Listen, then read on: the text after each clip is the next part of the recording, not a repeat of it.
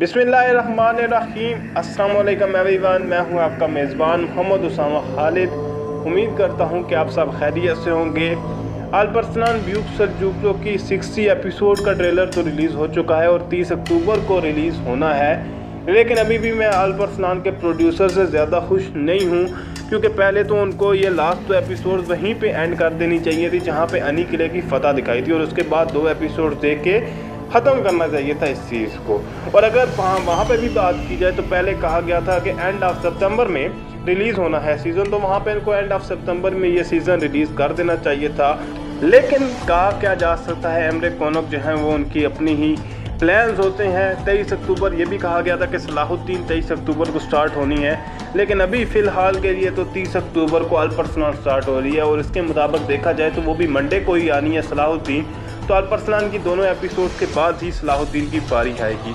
तो आइए चलिए ज़रा ट्रेलर को देखते हैं और मुलाहिज़ा करते हैं कि आने वाली एपिसोड में 60 एपिसोड में क्या क्या दिखाया जाएगा। ट्रेलर के शुरुआत में सुल्तान अल्परसनान यही कहते हुए नज़र आ रहे हैं कि अब ये जंग जो है वो सल्जूक और रूम के दरमियान नहीं है, यानी कि मलाज क्रिस और सल्जूक और रूम के दरमियान सिर्फ नहीं है, बल्कि हज यानी वो क्रॉस जो कि क्रिश्चियंस का होता है, और जो हिलाल है चांद है यानी कि मुसलमानों और कुफार के दरमियान की जंग है, हक और बातिल की जंग है।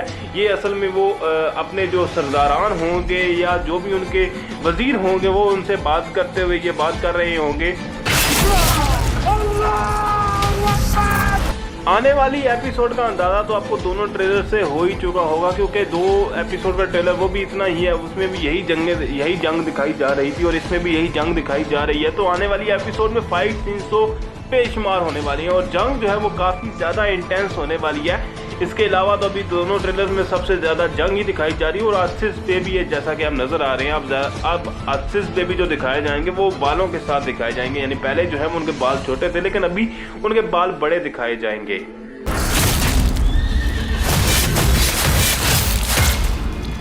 अब यहाँ पे मुझे तो नहीं पता कि आपने किस चीज़ बंदे को नोट किया है, लेकिन मेरे इन सीन्स में 3 से 4 अफराद को नोट किया। एक तो अल्परसनान थे, एक आवार बे हैं जो कि एंड में भी आपको नज़र आ रहे हैं इस तस्वीर में भी, और एक जो है वो बातुर बे लड़ते हुए नज़र आ रहे हैं, और इसके अलावा जो है वो रोमन दियोजन है। ये 4 बंदों के ये सीन इसमें इंक्लूड किए गए हैं, और जो फाइट सीन होने वाली है वो तो बहुत ही अच्छी फाइट सीन होने वाली है, और बहुत ही इंटेंसिटी वाला जो जंग का सीन है वो दिखाया जाएगा।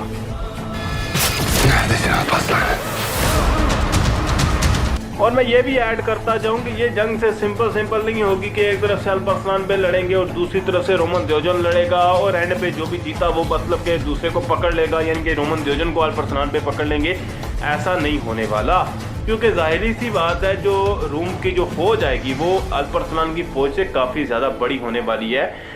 जाहिर सी बात है उन्होंने भी जो अपने जितने भी क्रिश्चियन कम्युनिटी है वो इस तरह के मौके में वो सारे ही इत्तेहाद कर लेते हैं। आज के ज़माने में भी आप देख लें यहूदी कितने इत्तेहाद कर लेते हैं, इसराइल और अमेरिका, और मतलब हम तो हैं वो मुसलमान, नाम के मुसलमान रह चुके हैं, अब तो मुसलमानों में वो बात भी नहीं रही।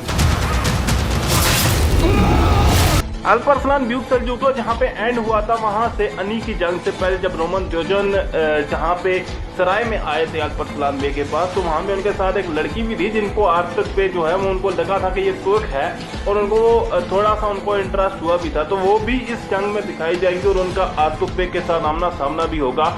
देखते हैं कि अब इनके जो है वो आगे एंड में इनको मिलाता हुआ दिखाते हैं। यहाँ पे इनको एंड यहाँ पे इस लड़की का यहीं पे एंड कर दिया जाएगा, यानी कि जंग के एंड पे उनको ख़त्म कर दिया जाएगा। तो ये तो देखना होगा एपिसोड में।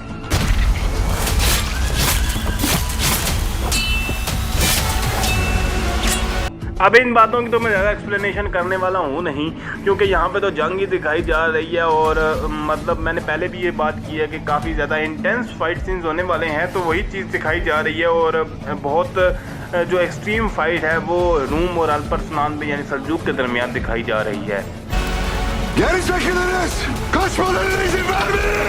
अब यहाँ पे जैसा कि आप देख सकते हैं कि अल्परसनान के पीछे जा रहे हैं, और रोमन दियोजन यही कह रहे हैं कि इनको भागने की इजाज़त नहीं दी जाए, यानी कि इनको भागने ना दिया जाए। लेकिन इस सीन को एक्सप्लेन करने से पहले मैं ये बात करूँगा कि हज़ूर सल्लल्लाहु अलैहि वसल्लम ने भी कहा था कि जंग में मुसलमान जो है वो पीछे नहीं हट सकता। मतलब आप अब जंग में दाखिल हो गए हो तो या तो आपने दुश्मन को हराना है या खुद शहीद हो जाना है, लेकिन आपने पीछे नहीं हटना। पर इस सूरत में आप पीछे हट सकते हो कि आप अगर कोई जंगी चाल चल रहे हो। तो यहाँ पे इस सीन में मैं ये बात कहूँगा कि अल्परसनान पे कोई ना कोई चाल लेके आए होंगे, क्योंकि जाहिर सी बात है वहाँ पे रोम के जो सिपाही होंगे वो अल्परसनान से काफ़ी ज़्यादा होंगे। तो जैसा कि मैंने बात की थी कि ये अल्परसनान बे की एक जंगी चाल होने वाली है, और असल में ये होगा इसलिए क्योंकि जहाँ पे रोमन दियोजन की फ़ौज आएगी, एक तो वो फ़ौज काफ़ी ज़्यादा होगी और वो एक निज़ाम के साथ आएंगे। बाज़ंतीनी अक्सर जो है दिखाए जाते हैं वो एक निज़ाम के साथ जंग में दिखाए जाते हैं। तो उस निज़ाम को तोड़ने के लिए, क्योंकि जब आप पीछे हटेंगे तो वो आपको हमला करने के लिए वो ये समझेंगे कि ये भाग रहे हैं तो हम इनका शिकार करते हैं, लेकिन वो जब आपको पीछे पकड़ने के लिए आएंगे तो आप उनका निज़ाम जो है वो सारा ख़राब हो जाएगा और उस सूरत में आप उनको इर्द गिर्द से घेरा लगा सकते हैं।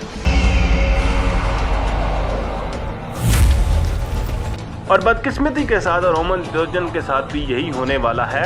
और ऐसे सीन हमने कोर्लुश उस्मान में भी देखे थे, जहाँ पे उनकी जो आमना सामना निकोला के साथ हुआ था और वहाँ पे उन्होंने भी पीछे जाने का फैसला किया था। तो निकोला ने कहा था कि इनको भागने की इजाज़त ना दी जाए, लेकिन बाद में वो भी एक जाल निकला था। और रोमन दियोजन को भी इसी तरह से अंदाज़ा होना है बाद में कि ये भी एक जाल है और अल्परसनान भी उनको अपने जाल में फंसाने में कामयाब हो जाएंगे।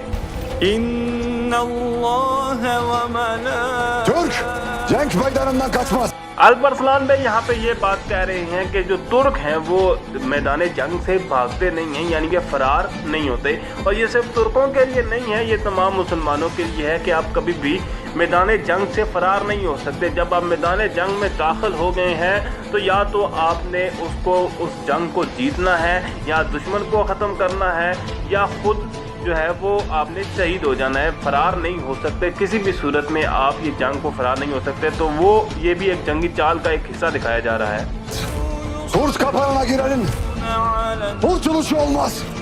तो अल्परसनान में यहाँ पे ये कह रहे हैं कि अब आप जो तुर्कों के जो है ना उनके जाल में फंस चुके हैं, पंजों के नीचे फंस चुके हैं, अब आप जो है इससे बच नहीं सकते, यानी इससे आप कोई भी फरार हासिल नहीं कर सकते। और होना यही है कि यहाँ पे जो इर्द गिर्द उनके अल्परसनान बे के सिपाही होंगे वो इर्द गिर्द से वो रोम की फ़ौज को, यानी कि जो रोमन दियोजन की फ़ौज है उसको घेरे में ले लेंगे और उसके बाद अल्परसनान बे उन पर हमला करेंगे।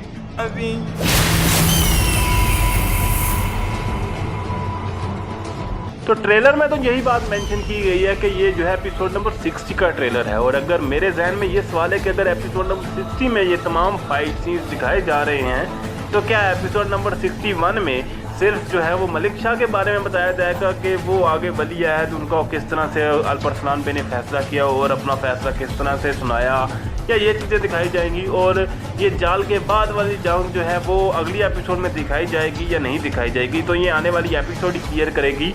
तो ये थी आज की वीडियो। उम्मीद करता हूँ कि आपको वीडियो अच्छी लगी होगी। मिलते हैं नए अपडेट्स के साथ बहुत जल्द, तब तक के लिए इजाज़त दीजिए। अल्लाह हाफिज़।